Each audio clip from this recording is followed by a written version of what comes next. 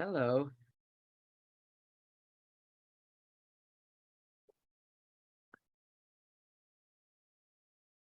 Oh, there are people here.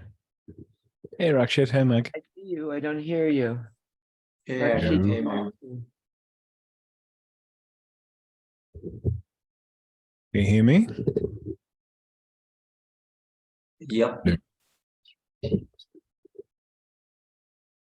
Okay, Meg can't.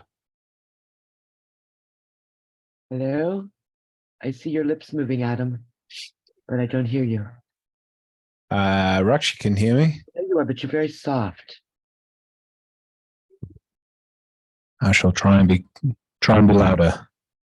Very, very, very soft. Is everything plugged in? Oh, I know what the problem is. Good Lord. I've also sat here wearing the headset, which was not plugged into the computer. That doesn't work real well either. I thought I've got We're everything off turned to a up to 11. I wonderful really don't. start here, everybody. How are you, Rakshit? I'm fine, Meg. How are you? She lagged out, I think. She's not having a good day with her connection, is she? Yeah. Let's try and turn the videos off, I think. Yeah, I think you're right. Where too many things opened here. There we go.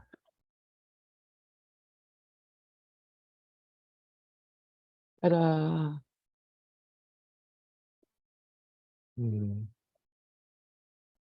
Not my video there.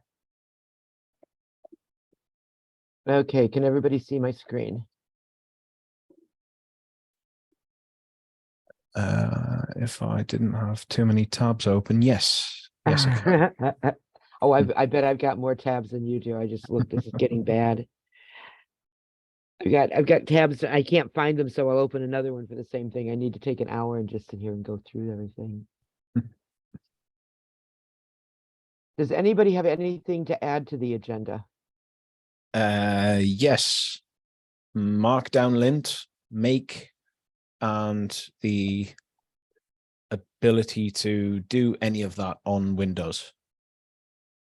Oh, hopefully Simon's coming. He's sometimes late. He has to get the kids off to school, and they leave just about at 7 a.m. for him. They leave just about the time this starts. So,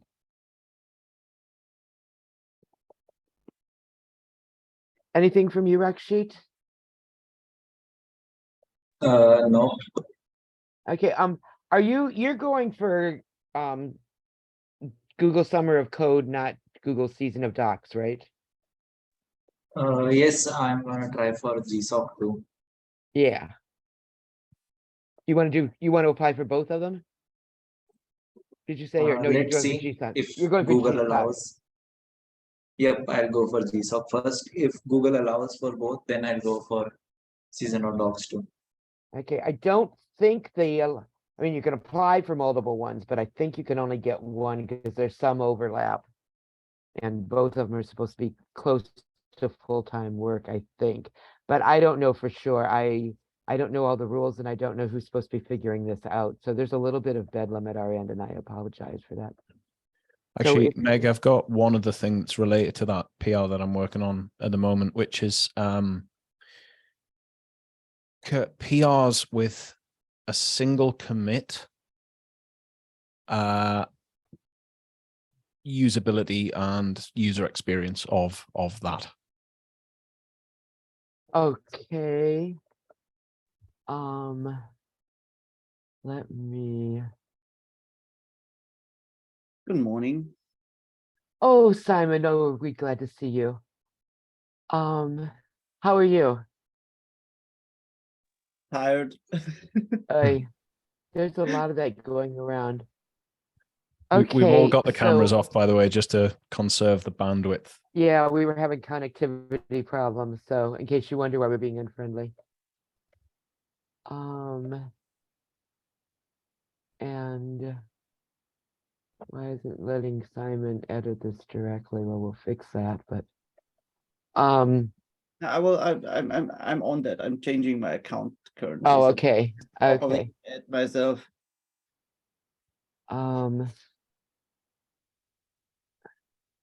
Rakshi, you can edit this directly now, right? Yes, I got the edit access. Did we get that? I tried to get you on everything and I didn't. Let's see if you're here. These Google permissions are making me crazy. There you are, right there. Okay. Cool. Okay. So, with single commit, what else you want in there, Adam? Yeah, that's enough to Okay, prompt good. my memory. Okay, and I probably put it out too long. The question of rescheduling this meeting, I chose this time because I thought it was a day that we didn't have other community meetings, and we put it in an hour that I thought would be convenient for all the people in India and Australia. And I'm getting the impression that many of the people in India have university obligations at this time. So we may need another time slot, but we need to hear from them before we can do anything about that, right? Markdown lint. Adam and Simon's here. Yeah, both of which came up just now on that pull request that you've got on the screen. Okay. So Markdown lint is fine. If I think we need a discussion around whether that should be a blocker or not, because right now that's a blocker to the PRs. I think it's. What is? Sorry, I had screen issues, so I did not get. Okay. So in a nutshell, basically, the Markdown linting maybe is a bit drastic, or maybe we can configure the rules so that the most serious or egregious sort of violations cause the PR to be blocked or fail the little tick there. But it just seems a bit drastic. Like you miss one line or you add one extra line and the whole PR just goes red. And then Okay, wait a minute. I'm confused though, because this one, it does have it does have one extra line. I gave you a suggestion, which it looks like you have not committed, but we don't have markdown lint complaints. It passed. Simon, can you explain this? I need to take a look at the pull requests. That suggested I'm not sure how you've suggested that change because it doesn't have a. I mean, this is the most simple PR we could get. I know there are no simple PRs. I just spotted that. I approved it anyhow. But I know Markdown does not like 2 blank lines in a row. I had one that I think it was bitching about 1 line between list items, and that I would actually object to. But so I just made this suggestion to remove one of those lines, but it's not committed. So why is it just failing? So maybe you have to do it more. Yeah, if you have a look at if you scroll to the top and go to the actual files, the change. I mean, it's really so the files really change. simple. Yeah. Right. So all I did was I took the bit in between the code fence and just changed a tiny bit of it. Like nothing else has changed. So I don't know why it's moaning, to be honest. There is. So where did it moan actually? Because it's not moaning right now. That's what I can't figure out. I'm asking because I'm checking all the Markdown, also checking all the GitHub actions regarding this pull request, and the only one that failed was the semantic pull request validation. There's no other validation which failed for me in this pull request. So right, and I'm looking. All tests passed. Did they first time out? Did they not pass, Adam? I think the first what I can't remember, to be honest. I think the first one HTML test. Yeah, no, sorry. I mean, the first time round was just the semantic PR. Okay. Yeah, I'm not actually sure that the markdown failed, but I mean the point still stands. Like tiny little things like extra lines. Is that enough to block a potentially a lot of work on a PR? That's here is the thing. I would say if it's manual work, it would block, but we have a make target which will fix all the minor issues like that automatically without user Oh, we interaction. just lost. So you can run make markdown lint fix, and it will apply all the so it will handle all the violation markdown lint can handle on its own, and empty lines and things like that will fix those immediately. So it's not like you have to do a lot of manual work. You just need to run one command to fix it. I understand, yes, that this might be a little bit a lot if you really have to go through them on your own and check them, but as we provide an automatic target to fix those where no manual effort is needed, I'm not sure if that's. And what we need to do is update the contributing.md file to tell people about this stuff too. No.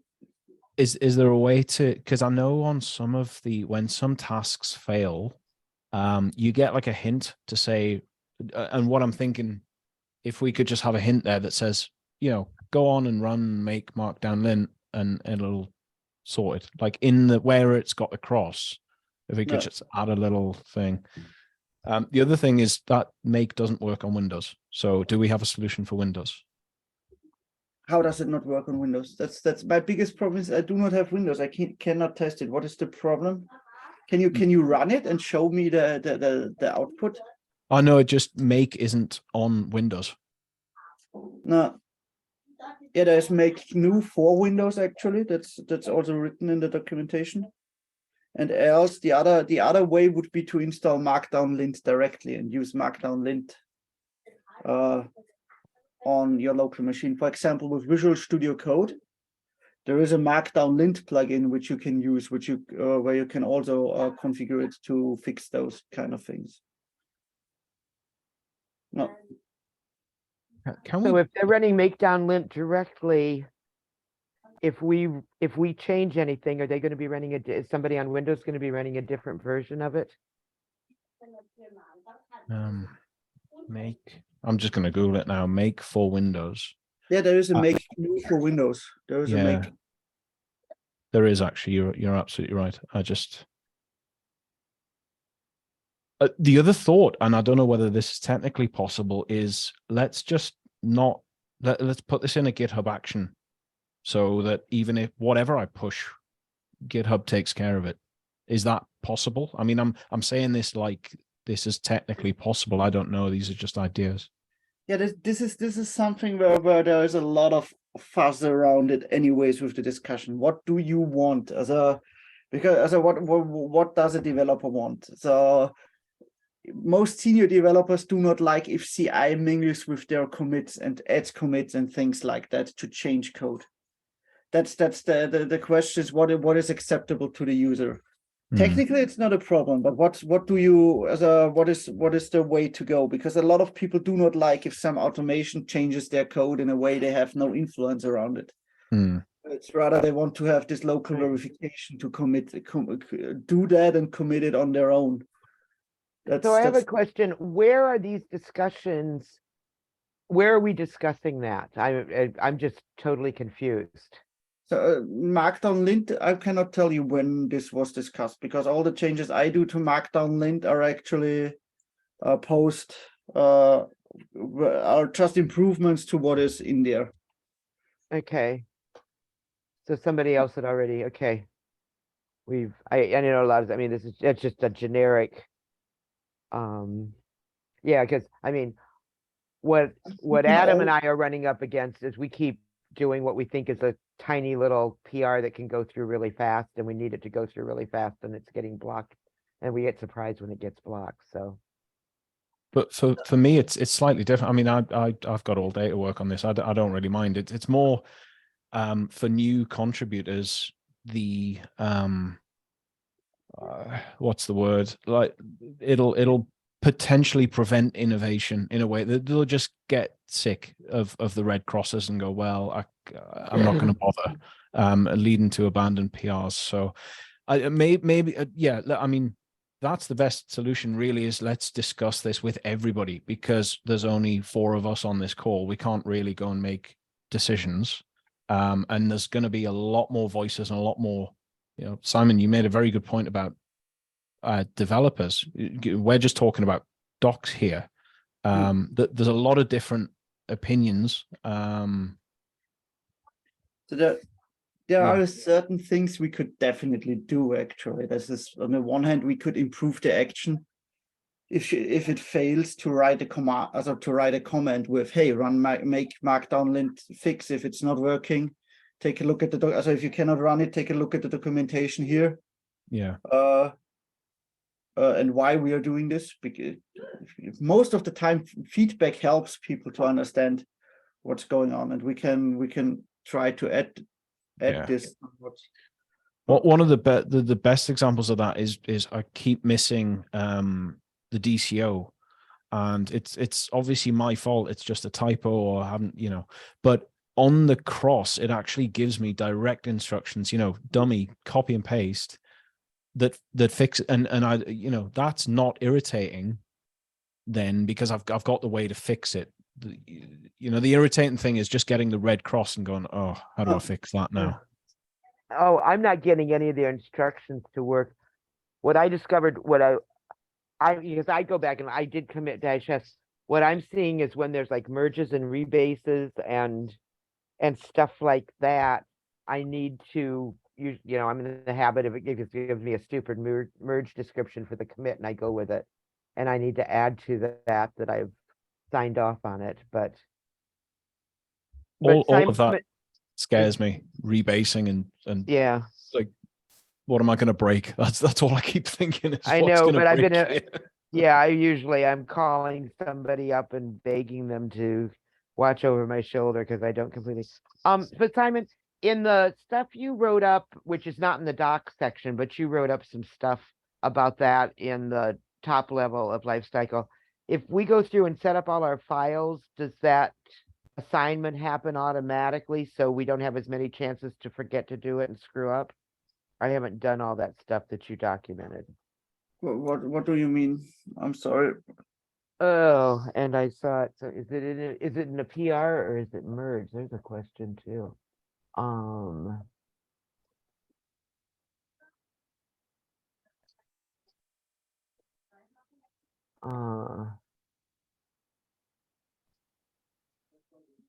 No, that's not there. You mean the change linting CLI? The last pull request there, where I'm not sure what you are actually referencing right now. You wrote some directions about a bunch of things you implement in your local environment that sort of get you around some of the problems with DCO. With DCO, I have no, I have not written anything. There is, I took a look. Also, we changed a little. I'm not sure now.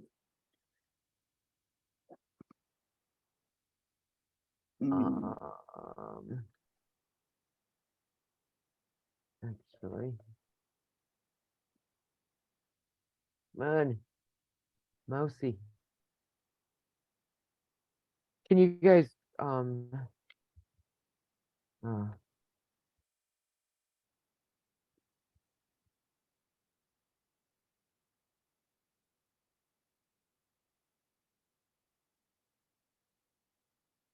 okay. Here, you can automate it by creating a pre-commit Git hook as follows. Create the hook, and then that stuff. No. Maybe it was misleading. So there is absolutely no issue with DCO. The contributor guide is fantastic. It's correct what it says, the prepare commit message. If you don't have a prepare commit and you forget to add the -s, if it's user error, My point was actually that the warning is good on the PR, okay. so it will fail correctly, but to get me to solve the problem, it's excellent because it gives me how to solve the problem right there on the PR. So we can use that model, that the fact that that's great, and do the same with markdown lint. So just give that hint to the user. I was just using DCO as an example of what we've actually done really well. Okay, yeah. Okay. I'm having DCO problems, so I'm doing a lot of manual. I confess I'm got a lot of stuff that's passing manually right now. Don't get And me wrong, I'd love yeah. to remove it. I don't like DCO, but that's a separate thing because I know Okay, CNCF needed. So that's out of our control, or unfortunately. implement CLA. Yes, Okay. that's a possibility, but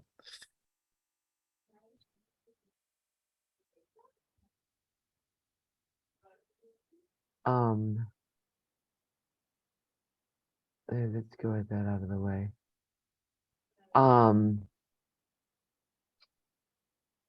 Okay, oh, and that was your, so you said something about PRs with a single commit. You were just saying it was such a small one and you ran into trouble with it, right? well, no, there's two things. There was the markdown issues that we've Yeah, discussed already. But then if there's a PR with a single commit, which I admit in code development is probably an edge case, but in docs, it could actually be a significant number of PRs if things are very, very small. What I hit on that PR is the commit message has to be identical to the name of the PR. But you don't necessarily, like, I now know that, but I don't necessarily know that. So, and the PR has to be conventional commit. So docs, whatever, but it's too late because I've already made the commit with, whatever random text. right. So then I've got to go back and amend the commit and rebase the branch. And it's just, again, it just seems silly. So then to honestly get around it, I just made another commit, which is it says it's fair to do. And in this case, I could actually genuinely make another useful commit on the PR. But what if you can't? Like, why is it so difficult? Why can't I just have a PR that is acceptable? Simon? Oh, yeah. So I'm that's something which is a little bit how to say, I had this discussion already regarding even Monaco within Dynatrace, and I do think semantic pull requests do make sense for your squash merge. So you're hitting an area where I said semantic pull requests. I think we only check the title, or it's not that we are checking the commits. I think. So this 1156, it was moaning because I did the commit, I raised the PR, and I changed the name I made sure, because I know about the conventional, whatever commits, I made sure it was docs : blah, blah, blah.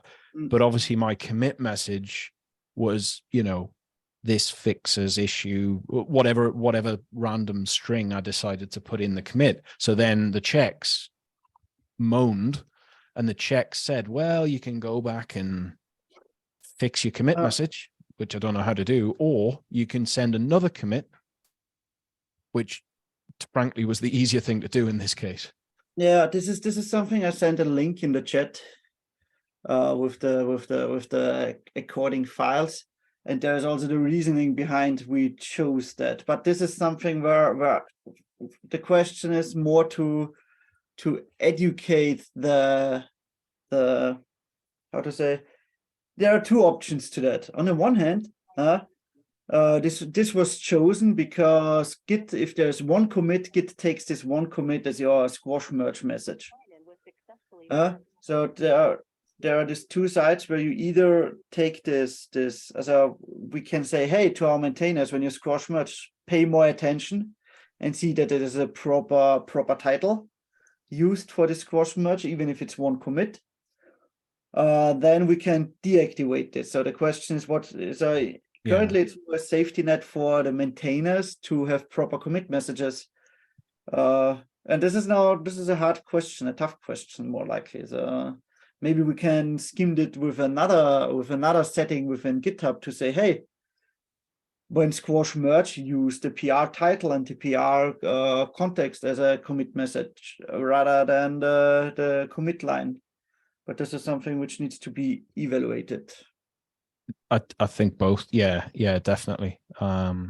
Because this would be the easiest way, the easiest solution would be when we can configure GitHub. I think there is somewhere a setting, but we need to talk with this with Giovanni and Moritz more likely also, so that we change it to the squash message to be the message for also to be the pull request title and the pull request as a description rather than the commit title and the commit message. Again, I think an open discussion, because there's probably lots of very, very good reasons why it is the way it is. I'm obviously looking at my tiny little piece of use case. It might be an absolutely awful idea, and then that's absolutely fine. Yeah, let's just start having that discussion, I guess. Because I do know that, of course, I hardly ever do anything that doesn't require a second commit, but I've had a couple of new PRs that I type in a good commit message, and when I go to GitHub to actually create the PR, what it has picked up for the title is actually the name of my branch and not what I typed in as a message. It's not consistent. Sometimes it happens and sometimes it doesn't. But, and I haven't, I've just said swore GitHub a couple of times and just put in what I wanted for the title there. And I haven't gotten burned because I'm usually changing stuff, but.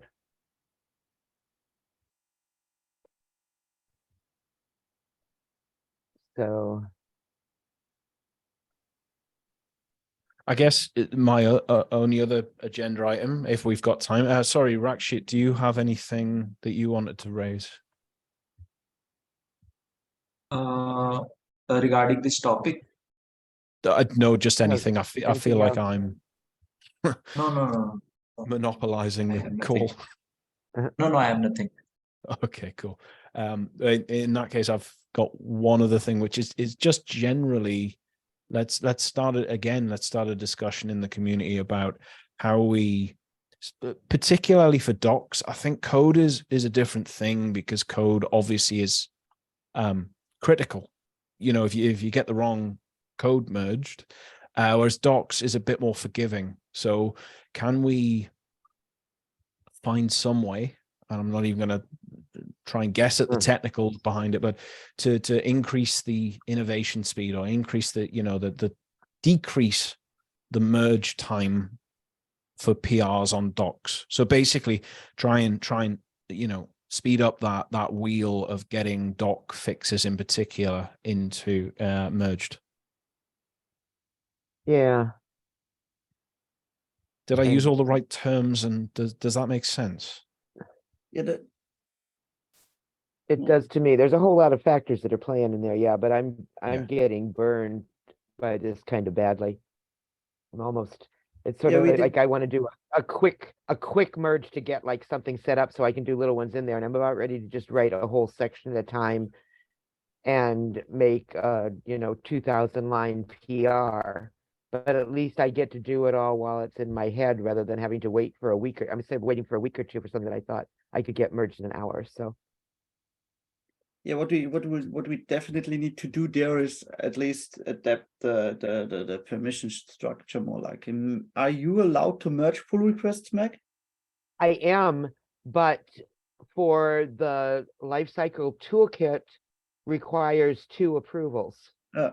So for Keptn, if somebody else writes it and I can approve it, and if I think I have the expertise to approve it, once in a while it's something that I really think somebody else better look at.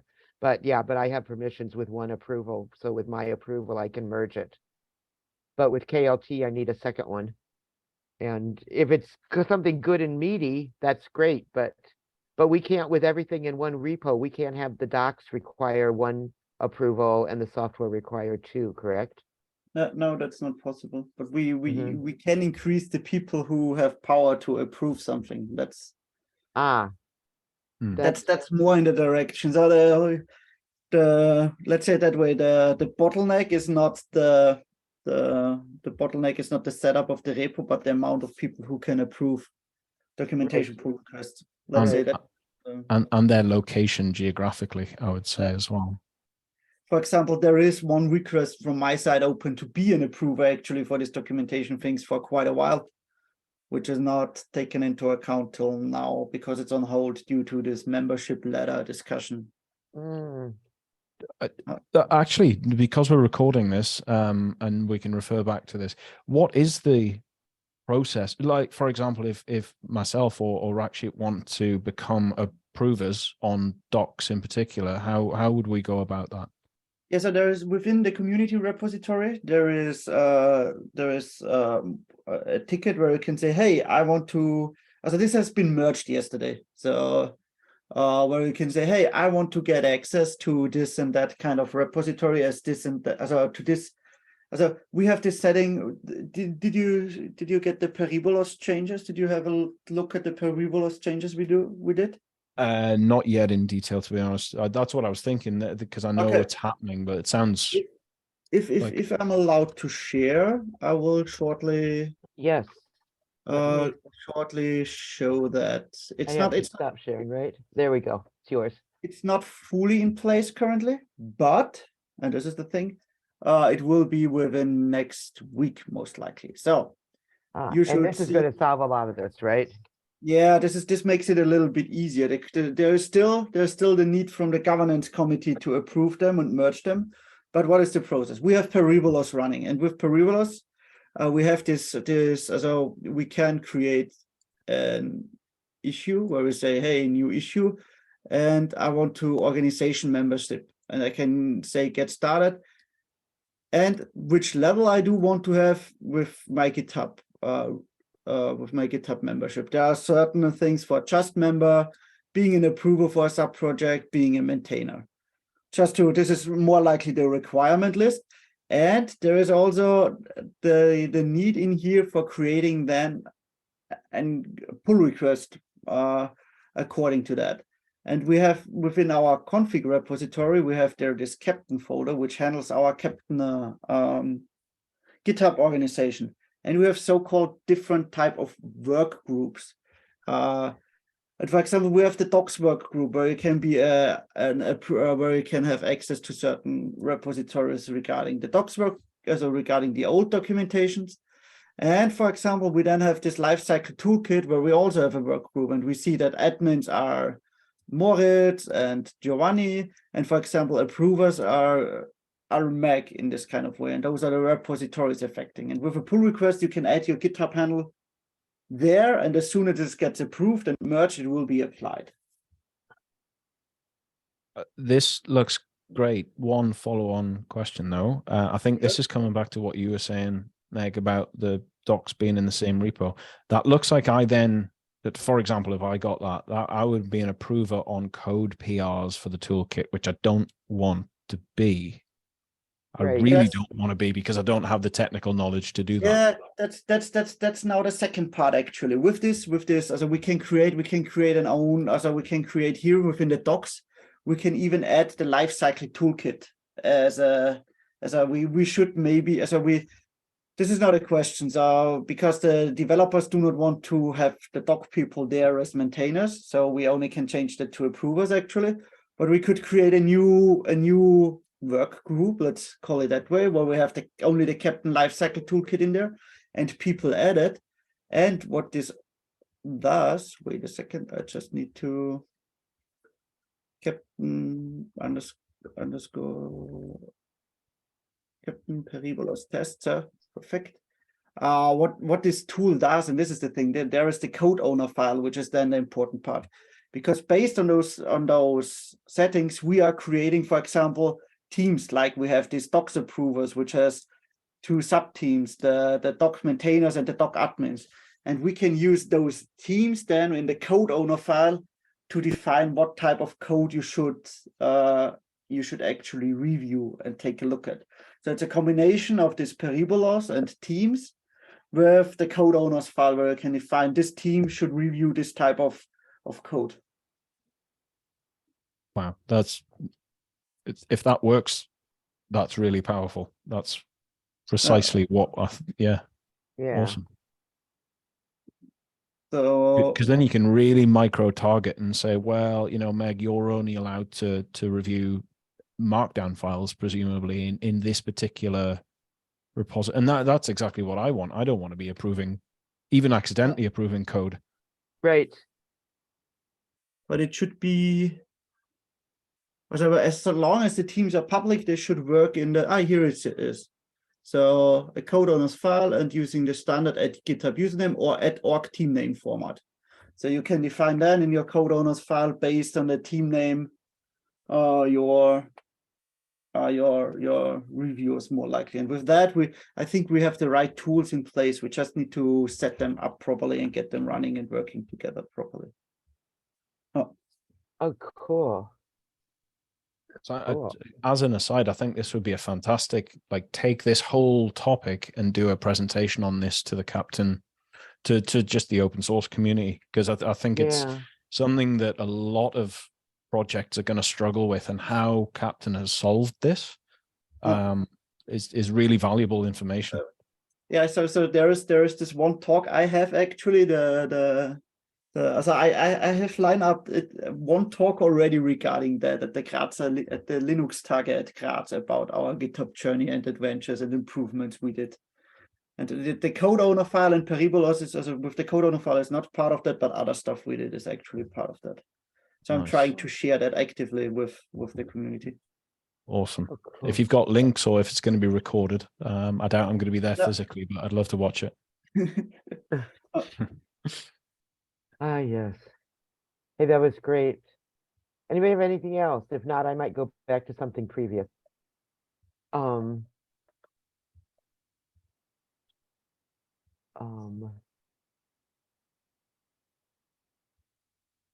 can make it, I want to go back to the, to this even quickly, because I have no idea what's going on. I'm completely losing track here. For the season, no, it's season of docs, right? What are, just a high level, what are the potential projects that we have? And then how many of these are we going to be able to do? What I know of is architecture documentation and installation documentation. And Simon, you wrote up something about doc tools enhancements. You think there's a project there, right? You could use enough help there that would be worth it. Yeah, it's more about setting up a dictionary and things like that, and having tooling in place to ensure proper writing style and things like that. Okay, yeah, the word list, which I started and have barely contributed to, and nobody else has. And you'd be willing to mend silence? Yeah, you will. I only heard you will be willing to mend, and then there was a. Oh, would you'd be willing to mentor that? Yeah, I could mentor that if people want to do Yeah. that. And then we'd have to, yeah. Okay. And that's what, and I don't know how many things, like I think I could mentor both of these, but I'm not, but need a second person. Adam, I might ask you if you could only do one on the installation. Are you willing to potentially do that? I can, if I'm allowed to, because I think I'm going to be a mentor for GSOC. So I don't know if Google actually technically allows that or not. Right. Yeah, we don't, that's the thing. We've got a small number of people doing this, and that's where we're going to run into roadblocks.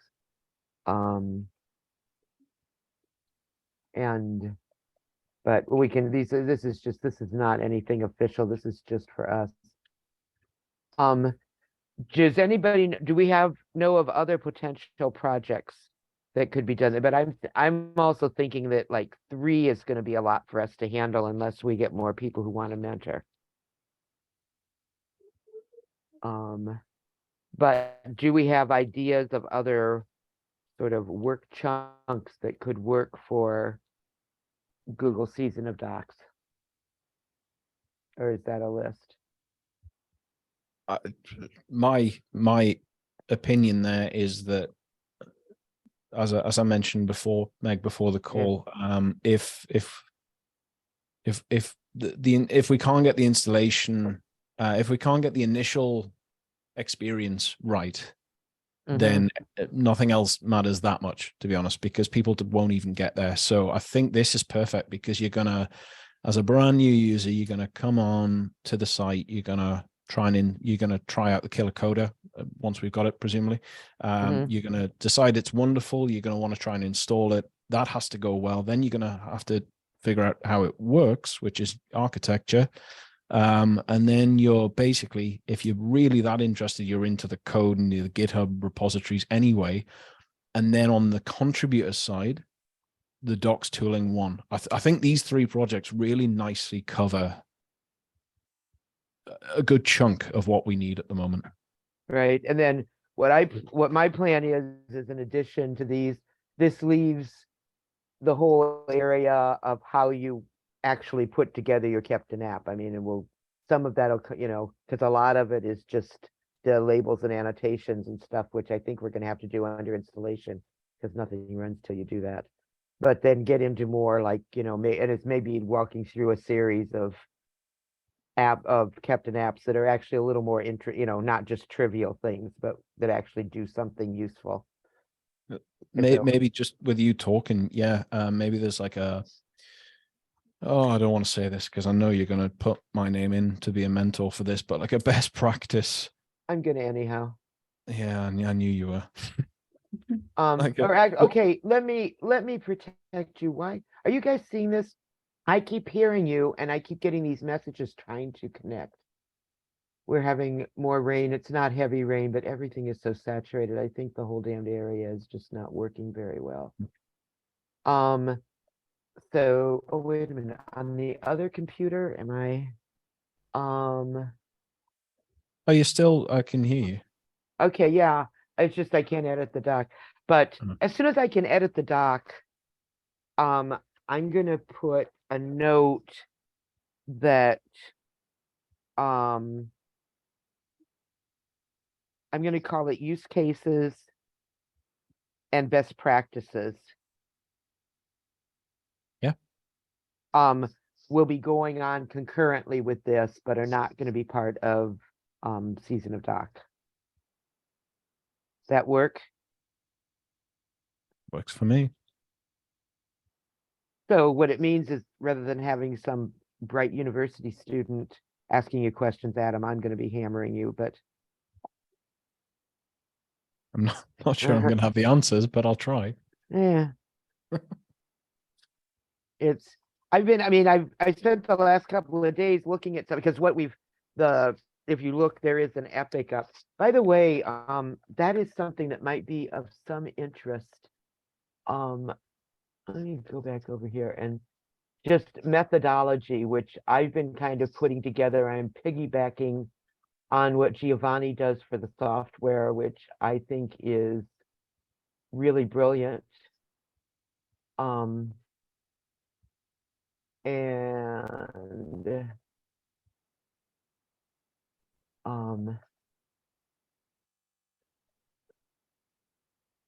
we got an epic. What Giovanni does for big chunks of software. We've seen that one. Let's do another one that I like better.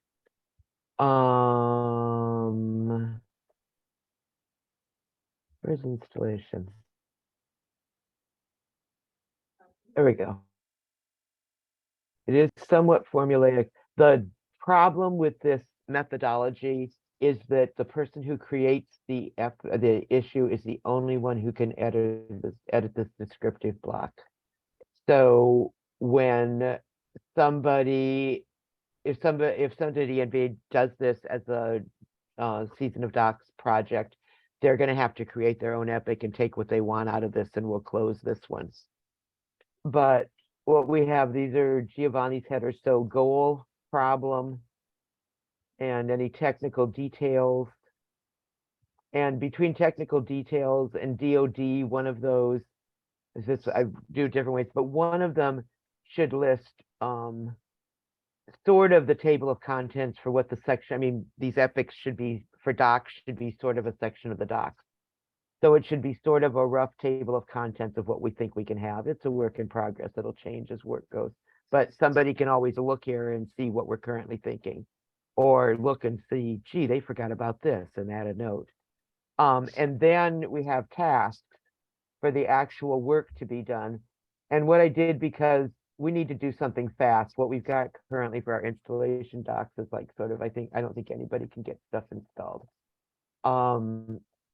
So what I propose is a phase one, which I am working on now and hopefully in the next week or so, where I'm going to go through and pull, we've got a couple of excellent videos.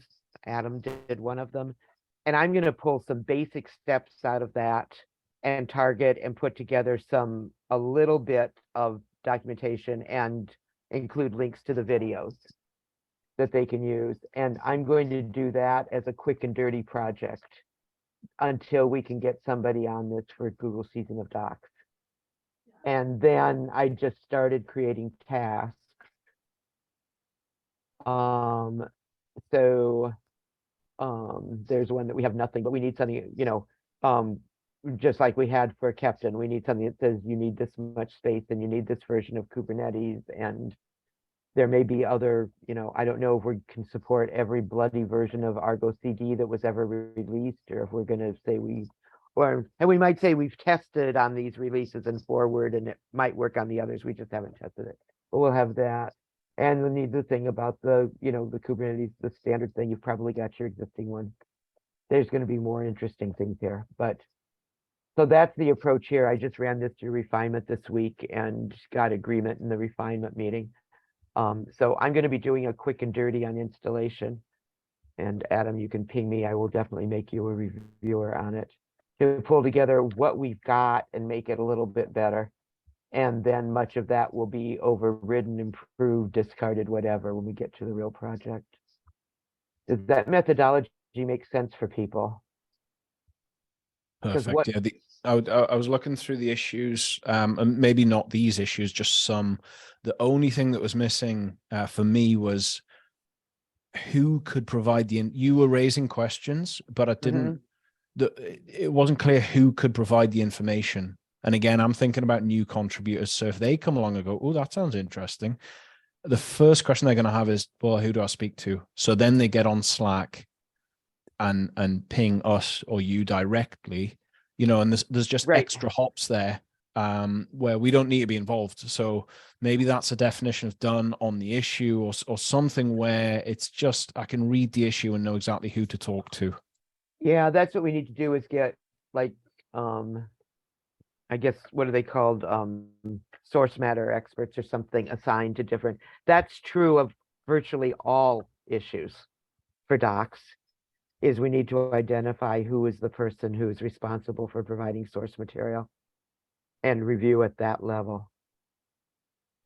Let's see, let me update the minutes here. Put you over here so you guys can see what I'm typing.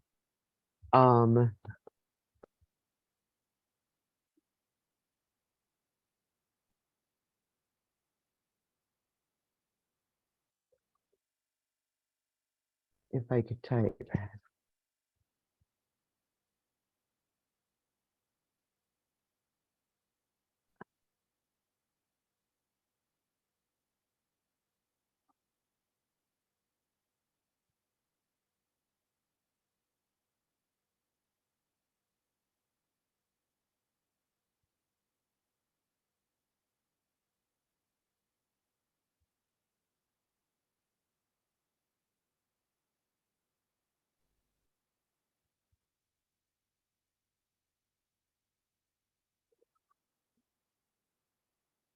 Because I've been talking with one person a person who's starting to work on architecture docs, and what I'm proposing, let me, wait a minute, let me get that in there. All doc tickets that are active need to have an assigned source matter expert. And that may actually, good point. That may be part of the refinement process when we go through this and we say, okay, we've got these tasks, who's going to own each one of them?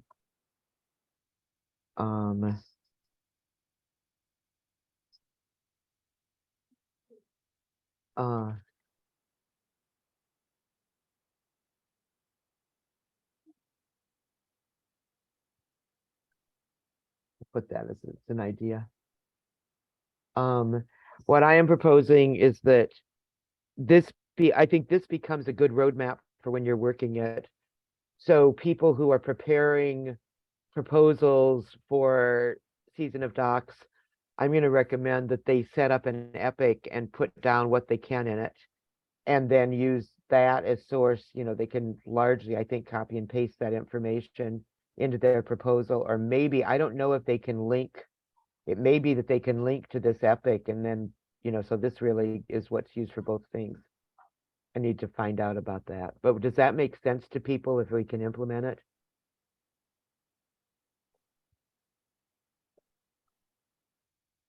Hello?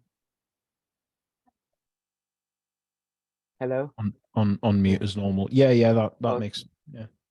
But what it also means is that at any given time, anybody can look and either thought of, and thought sections, and can see what tasks they have identified, and if one of those, or can ping somebody and say, can we get this done faster, or all sorts of things. It becomes a roadmap that everybody can look at easily to know where we are on something.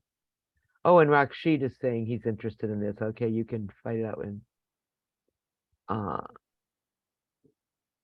Oh, okay. Oh, you guys are in discussion, so. Yeah. So. Okay. Does anybody else have anything to discuss, or should we call it a meeting? No, I'm all good.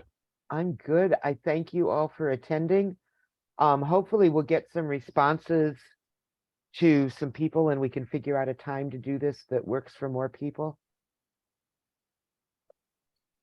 And I have a problem. I can't do this meeting at this time next week. Shall we cancel it, or does somebody else want to run it? We can cancel it from my perspective. Yeah, I think we're not getting, Rakshit's the only one who's showing up, and he's probably not even so. No. Okay, so I'm just gonna mark that next week's meeting is canceled. Because of Passover, people are gonna love that.